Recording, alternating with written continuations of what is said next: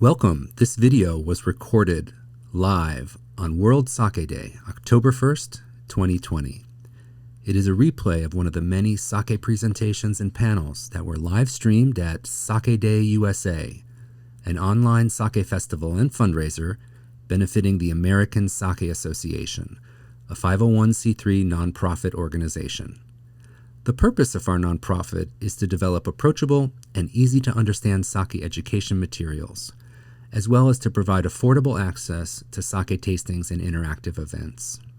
If this presentation was of value to you, please consider a tax-deductible donation to the American Sake Association. To donate, please scan the QR code on the screen or visit our website at americansakeassociation.org. Thank you. Enjoy the video and kanpai.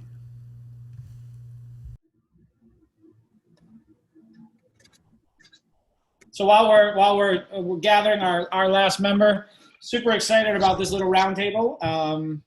As I said, we've got new brewers.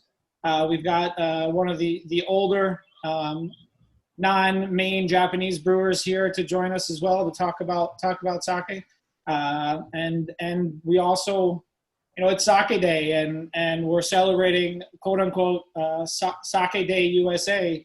Not that we're not part of the international community and that we don't have a ton of people from all over the place joining us, but we are here in the United States and kind of celebrating it here. Due to the date line, technically for a lot of people, it's already October 2nd, and in Japan it was Sake Day yesterday. But we're really, really proud of the steps that all of you who are part of our panel and the other members of the brewing community that weren't able to, we couldn't do everybody because then it would take multiple hours. And so first people who jumped at it, we signed them up, but we're really excited to have you all here to talk about it. Colorado Sake Company is now joining us, which is fantastic. So we're going to be ready to go in a couple seconds. And what I'd like to do is I'd love to just start with some introductions. So why don't we just start with Steve from SakeOne. Hey everybody, happy Sake Day. Steve Volstek, I'm the president, actually the Kuromoto here at SakeOne. 2 months after I left the wine business and jumped ship here in Oregon to the sake business, I attended John Gottner's course and learned that I was a Kuromoto. So here to all the Kuromotos in the world. Glad to be a part of it. Awesome. All right. We'll move from west over. So while we're still out there, why don't we have Sako-san introduce himself from Den Sake out of San Francisco. Everybody. Hi, my name is Yoshi. I'm a head brewer and the owner of the Den Sake Brewery in Oakland. We established this brewery about 2018, so it's been 2 years now. Yeah, we're doing great. Awesome, thanks for joining us. All right, now on our way east, we've got William Stewart and the team from Colorado Sake Company. Yeah, thanks for having us. Happy Sake Day. Yeah, kanpai. All right, welcome. We're gonna move to that small place called Minnesota and have Blake Richardson say hello.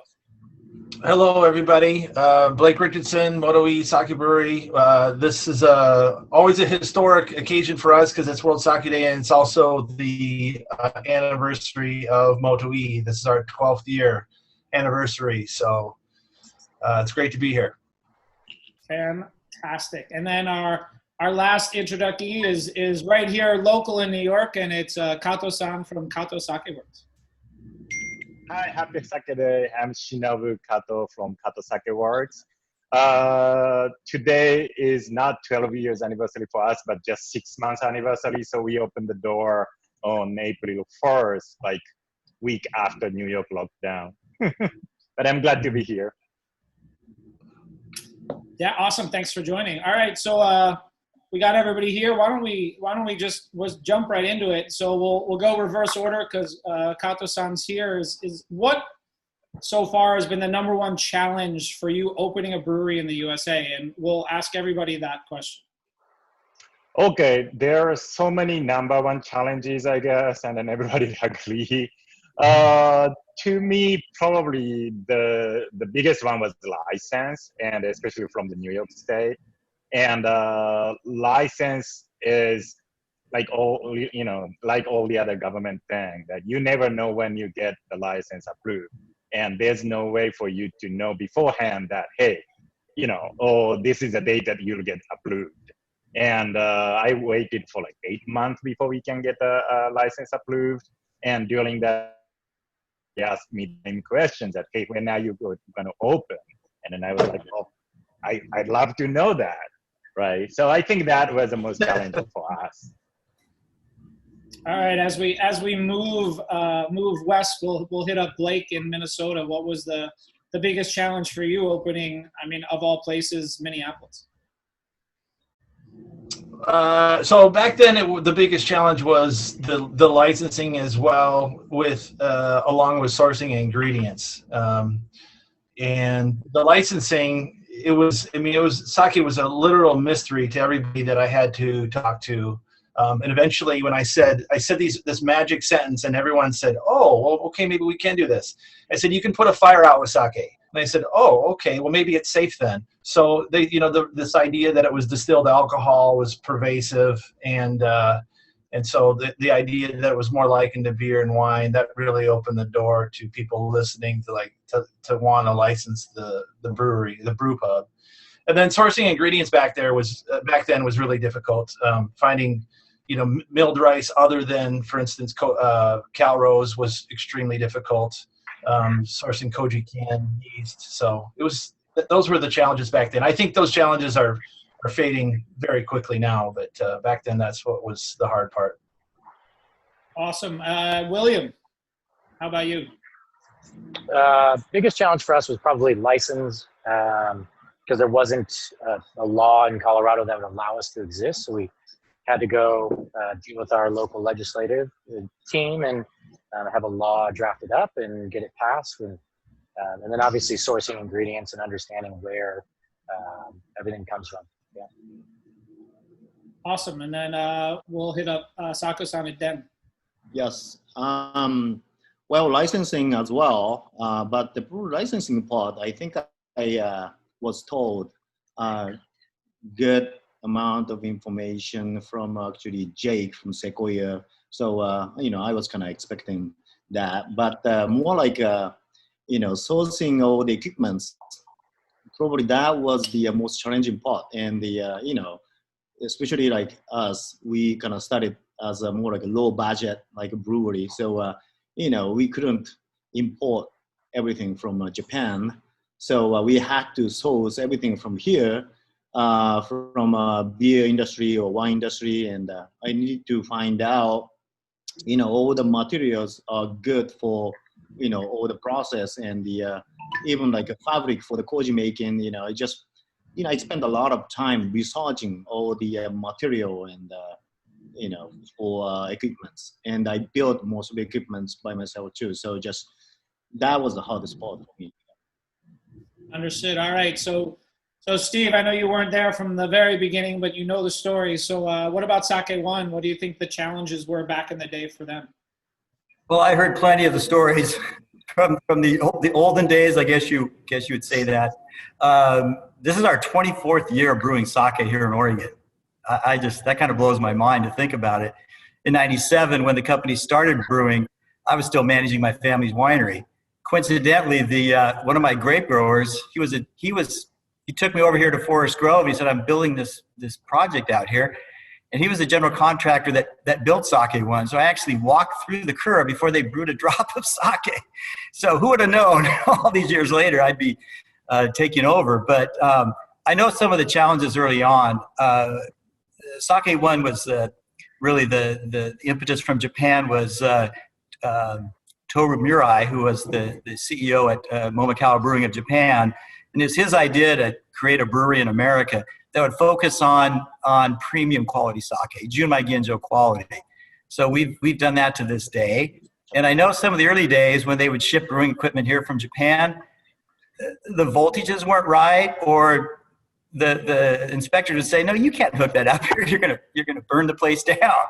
So I think some of those challenges probably still exist today if you're sourcing equipment from Japan. Maybe not as bad, but yeah, it's in 1997 to today, the sake market here has changed a lot. There's plenty of challenges starting a brewery and gaining a foothold in the marketplace, getting anybody to put it on a shelf, and hopefully not gain dust and go bad before it got drank. So there you have it. Understood. All right. So yeah, new challenges, old challenges. There's a lot of people that are watching right now and have been with us throughout the day that are looking to open breweries or want to open breweries. So it's good that you all have done it and helped pave the way. But in that and moving forward from that, do you feel the need to follow Japanese methods or customs when brewing your sake? And as a follow-up to that, has that affected, or do you think this decision has led you to create your own version of quote-unquote American sake? So why don't we start with Blake in the middle of the country? So absolutely, the answer to the first question is absolutely yes. You have to learn the craft, and the craft was perfected in Japan, and you have to know the ins and outs of what they do and how to make excellent sake. And from there, once you've practiced your craft, you can trust your intuition and take the next step. But I just don't see any other way. You just have to follow the methods that were perfected over 1,000 years, and then make them your own. Second question, I already forgot. So second question is just leading from that is that so even though you believe that you need to follow those methods, but are there things you're doing to create your own style within that you have a Moto-I style or an American version of that traditional beverage? Yeah, okay, so definitely. I think one of the things that we focus on here, because we're a brew pub and we're matching flavors to cuisine, like literally on the spot, we are trying to find methods to match our sake to cuisine that is not light like sushi. We do primarily ramen and hot style Japanese cuisine, which I think is sort of untraditional in the sort of the grand scheme of things. It's not like it's not a far cry from what's done, but so that, for instance, we'll put more koji percentage in certain sakes in order so they can hold up against ramen, or leave it genshu, for instance. So having a big, bold a sake that can handle the big, bold flavors of ramen is something that we've focused on heavily. And even to take it a step further, we polish a certain sake to only 75%, and again, just to keep that big, bold flavor for the pairing of that food. Got it. Cool. Why don't we jump to Sako-san and have you answer the same question? Did you feel, or do you feel the need to follow Japanese methods and customs? And then again, have you been able to develop, or has that led you to develop your own American style? Yes, I definitely follow the old Japanese tradition, sake making method.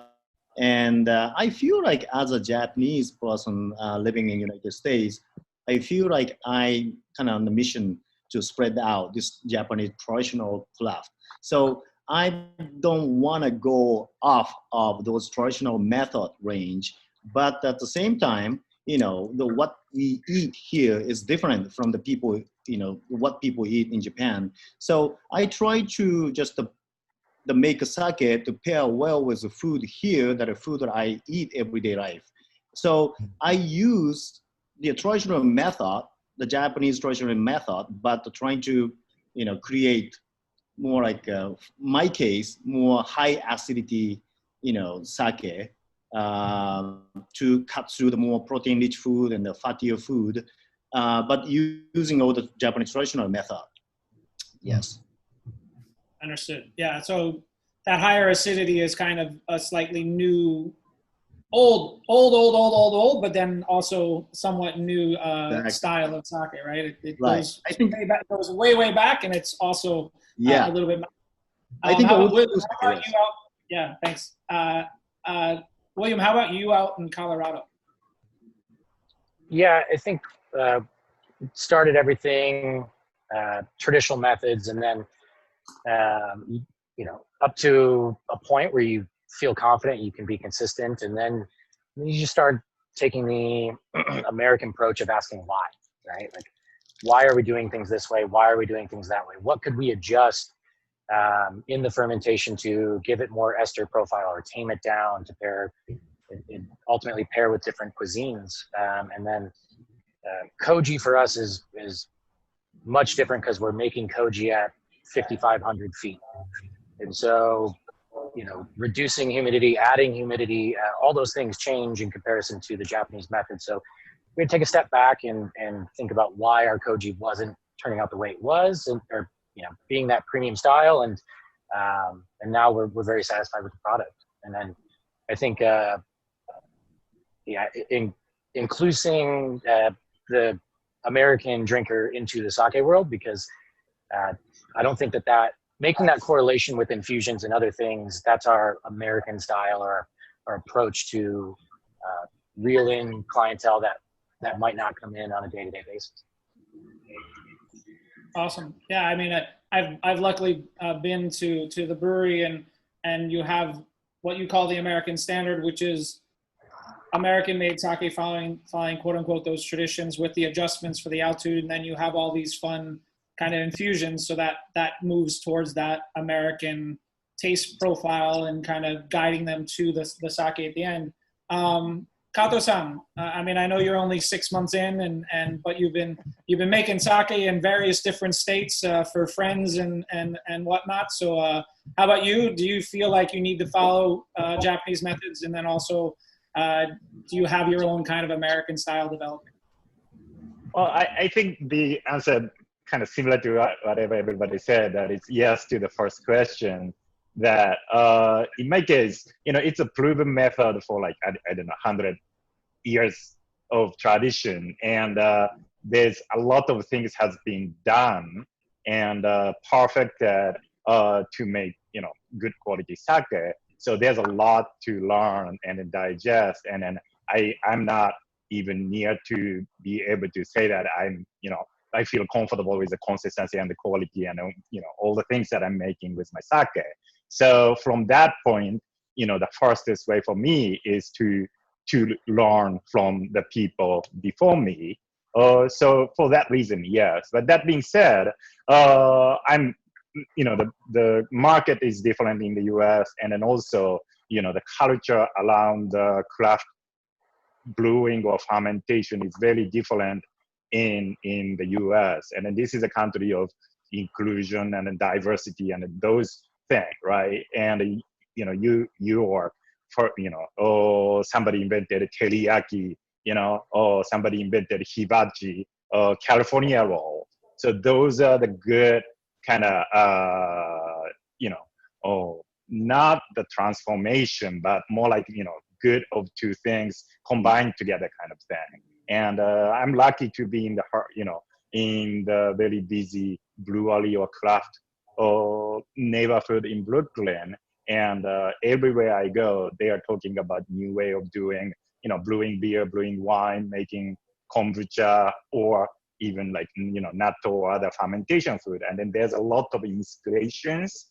So, one part, I love to try a lot of different things that's not available in Japan. But that being said, we are just 6 months in the production, so we are still not that stage yet, though. So from the youngster to the old school in the group, Steve, tell me a little bit about the same question. Well, I think it maybe goes without saying that I think we absolutely follow the Japanese sake brewing methods. I think you can't go to a university here in the United States and learn how to make sake. I think if you master the traditional techniques, then you look at the marketplace and you say, hey, maybe a traditional Japanese junmai might not appeal to your average American. So what can I do with the materials I have and with the equipment I have to make sakes that are going to appeal to the marketplace? I mean, coming from the wine business, I mean, Sutter Home came out with that product called White Zinfandel, turned a boatload of people onto wine. So I think to be successful with sake here, I mean, we make a range of sakes. We make some that are very traditional, Japanese style, you know, maybe a little really quick finish, if you will. Well, a lot of Americans, if you drink wine, you're used to having kind of that long finish on the palate. So what can you do with sake to replicate that and give someone who likes that kind of mouthfeel and that kind of length on the palate? So whether it's from your rice, from your yeast, from your water, or of course the human element from the toji, we can then try to continue to test and dial in what are the styles that are going to work here in America. And I think that's where it's exciting to see breweries around the United States. There's regional differences in taste. And so what can we do to continue to raise the bar of awareness for sake and make it approachable to Americans? I think if we can do anything, first and foremost, if I was to give any fledgling future brewer an idea, it's like, for God's sakes, find a partner brewer in Japan that you can use as a mentor. You'll save so many sleepless nights and headaches. And I think it'll help you get to be successful much quicker. And again, just taste a lot of other sakes, talk to people. I mean, it's just crazy though, after, you know, I've been here 11 years, it's still about education. Just telling people what sake is, what it's not. But you know, it's all about the ride, and I love this ride. So let's continue. Hey, that's awesome. Thank you. It's a ride that I've been on for quite a while, since getting back from Japan in '96. Well, technically 95, but let's not lie. You know, the reality is that there's some really great changes and great opportunities with sake in here, but we've been talking for almost 18 minutes and we haven't raised the glass yet. So I'm assuming everybody has a little bit of sake around them somewhere. Blake, tell me you have some sake. I know you do. All right, guys. Thank you very much for joining us. This is just a quick little kanpai, and thanks for talking. I got more questions for you, don't worry. But here's a little quick cheers. Again, thanks for joining us as the sake brewers from the U.S. Cheers. Bye. Cheers. All right, so a quick question. For each of you, you can just go quick. What kind of rice do you use, and where do you get it? Let's start with William. Yes, we use Calrose and Yamada Nishiki from Sun Valley Rice in Sacramento. Awesome. All right, Sako-san. Yes, I use a rice variety called Karu Hikari. I buy it directly from the farmer, called the Ruined Forceman Ranch in Sacramento Valley. Cool. Kato-san? Calrose from Sacramento Valley. Cool. And Steve? Mostly Calrose. When we started, we were buying from a large co-op in Sacramento. And talk about my wine background again. You know, we thought we could make the best wine if we knew who was growing the rice and what part of the globe that rice, those grapes came from. So I embarked on a mission to find a grower who could grow rice for SakeOne. I found that guy. His name's JT Thompson. He's got a 1,500-acre rice farm south of Chico, very north end of the Sacramento Valley. And he told me, he said, Steve, this soil is not good for growing anything but rice. We grow some of the best rice here. He loved the idea that he could grow great rice and he could actually see it end up in a bottle rather than Rice Krispies or somewhere else. So the majority, yes, is Calrose, but it's a particular strain of Calrose that we use. We also get a little bit of rice from Chris Isbell in Arkansas. Fantastic. And then Blake, the Mr. Rice, what rice do you use? We primarily use Yamada Nishiki from Isbell Farms in Arkansas. Last year we took on I think his first batch, well, I'm pretty sure his first batch of Omachi, which we'll brew more with this year. We're going to try a new strain called Jupiter this year. And we always put in a little bit of Calrose, a little bit of one of the following, either Kita Komachi, Koshiakari, or Hita Mabore. So we use a wide variety, but it's easier for us to do stuff like that because we're a brew pub. So, we don't have to deal with labeling laws and whatnot. So for us to have a variety pack is just because we're a brew pub, it's a lot easier. All right. So while we're here, it's going to be a two-pronged question, but I'll start with Blake. How'd you get into brewing? Sake, that is. Yeah, so the short version is I started brewing professionally at the age of 23, making beer. Went to a beer brewing school, and then one day I went to a Japanese restaurant, and I will never forget the experience. I was introduced to Miyasaka Shuzo Junmai Ginjo, and I had no idea what I was drinking. I'd never drank sake before in any form, hot or cold. And I went on this search after that evening was over on the internet to find a sake brew pub, and there wasn't one. And I was with the sake brew pub and to have someone explain to me what was going on. And then the rest is has already been told. So that's how it all happened in a short version. Awesome. William. Yeah, so I have a little bit of a beer background and been in hospitality and restaurants for it seems like forever. And last 5 years of my restaurant journey was in Japanese restaurants. And then you kind of understand that Americans really like sake. They just know absolutely nothing about it. And so putting people into categories is what sparked this idea of, I want sake, I just know nothing about it. And you can get them into different flavor profiles, and being in those restaurants, you get to try multiple bottles of sake. People like you come in and explain, what we should be tasting, why sake is great. And so started and spent 2 years of R&D and working on changing laws. And we just had our 2-year anniversary, and we're getting to the point now where I feel really confident in what we produce. And it takes time, and it's a lot of bad sake to make good sake. Heard. All right. Sako-san, when did you start brewing? How did you get into brewing sake? Okay. I was sake sommelier, sake director in the restaurant. So I had been in the restaurant industry for more than 10 years. And before that, I was a musician. I was playing bass in several different bands. And, when I was doing the sake sommelier work, I was very fun, but I was kind of getting tired of, always in front of people and talking to people and, late night. And then, also I started to teach sake class.